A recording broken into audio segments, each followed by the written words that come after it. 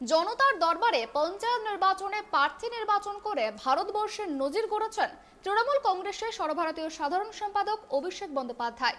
আর তাই তিনি একজন আনকমন পার্সোনালিটি অফ ইন্ডিয়া। সোমবার রায়গঞ্জ কর্ণজোড়ায় স্পোর্টস কমপ্লেক্সের মাঠে এক জনসভায় এমনই মন্তব্য করলেন রাজ্য বিধানসভার পিএসসি চেয়ারম্যান তথা রায়গঞ্জের বিধায়ক কৃষ্ণ কল্যাণী।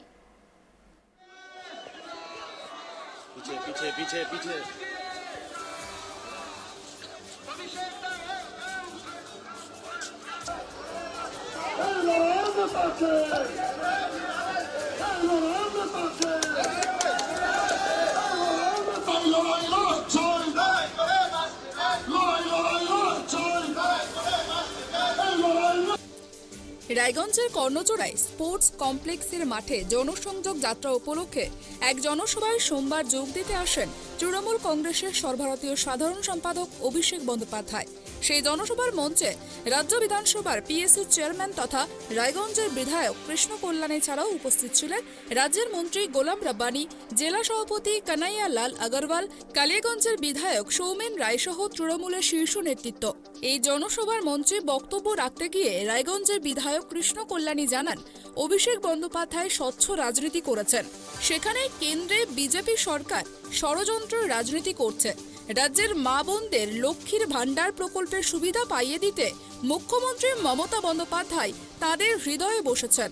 আর কেন্দ্র সরকার রাজ্যকে সমস্ত প্রাপ্য টাকা থেকে বঞ্চিত করে লক্ষ্মীর ভাণ্ডারের মতো প্রকল্পকে বন্ধ করতে চাইছে। শহর তৃণমূল কংগ্রেসের সভাপতি প্রিয়তোষ মুখার্জি রয়েছেন, রায়গঞ্জ মিউনিসিপ্যালিটির অ্যাডমিনিস্ট্রেটর মাননীয় সন্দীপ বিশ্বাস মহাশয় রয়েছেন, রায়গঞ্জ মিউনিসিপ্যালিটির ভাইস অ্যাডমিনিস্ট্রেটর মাননীয় অরিন্দম সরকার মহাশয় সহিত আপনারা যারা জনতা জনার্দন রয়েছেন, আমার হৃদয়ের অন্তরস্থল থেকে নমস্কার প্রণাম সালাম জানাই। আমি বিশেষভাবে কৃতজ্ঞতা জ্ঞাপন করতে চাই অভিষেকজির জন্য, যে তিনি রাজনীতিতে একটা রেভলিউশন নিয়ে এসেছেন। আজকে চিন্তা করা যায়, সরকারের থাকার দল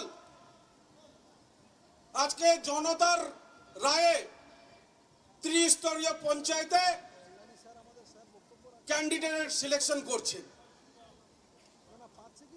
এই ধরনের রাজনীতি ভারতবর্ষে না কোনো ব্যক্তি করেছে, না কোনো দল করেছে।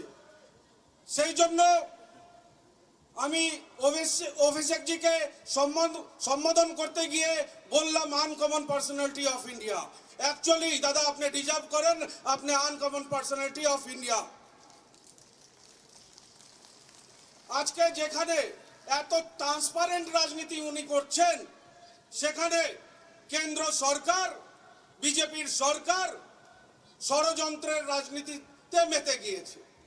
আজকে পশ্চিমবঙ্গে আপনাদের আবাস যোজনার টাকা আটকে রেখেছেন, 100 দিনের কাজের টাকা আটকে রেখেছেন। কেন আটকে রেখেছেন জানেন?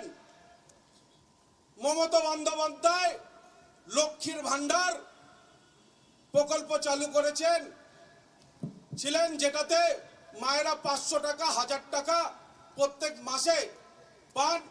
সেই প্রকল্পটা এত পরিচিতি পায় যে মা বোনেদের হৃদয়ে মমতা বন্দ্যোপাধ্যায় বাস করে গিয়েছে। তো সেই জন্য তারা চাইছেন এই ধরনের টাকা আটকে দিয়ে যাতে মমতা বন্দ্যোপাধ্যায় এই লক্ষ্মীর ভাণ্ডারের মতো প্রকল্প বন্ধ করে দেয়।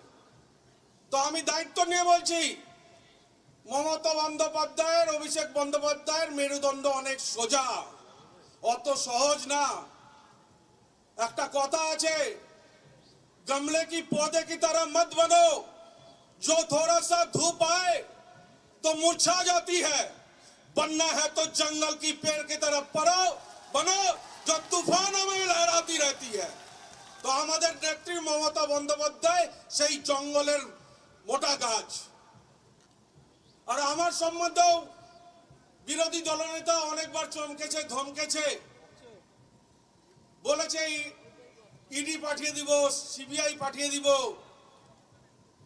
আমাকেও ধমকানোর অনেক চেষ্টা করেছে।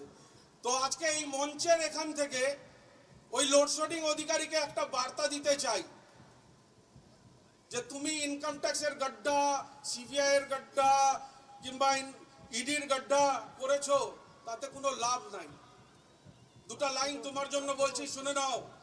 तुमने तो गड्ढे किए बड़े बड़े हमें गिराने के लिए, तुमने तो गड्ढे किए बड़े बड़े हमें गिराने के लिए।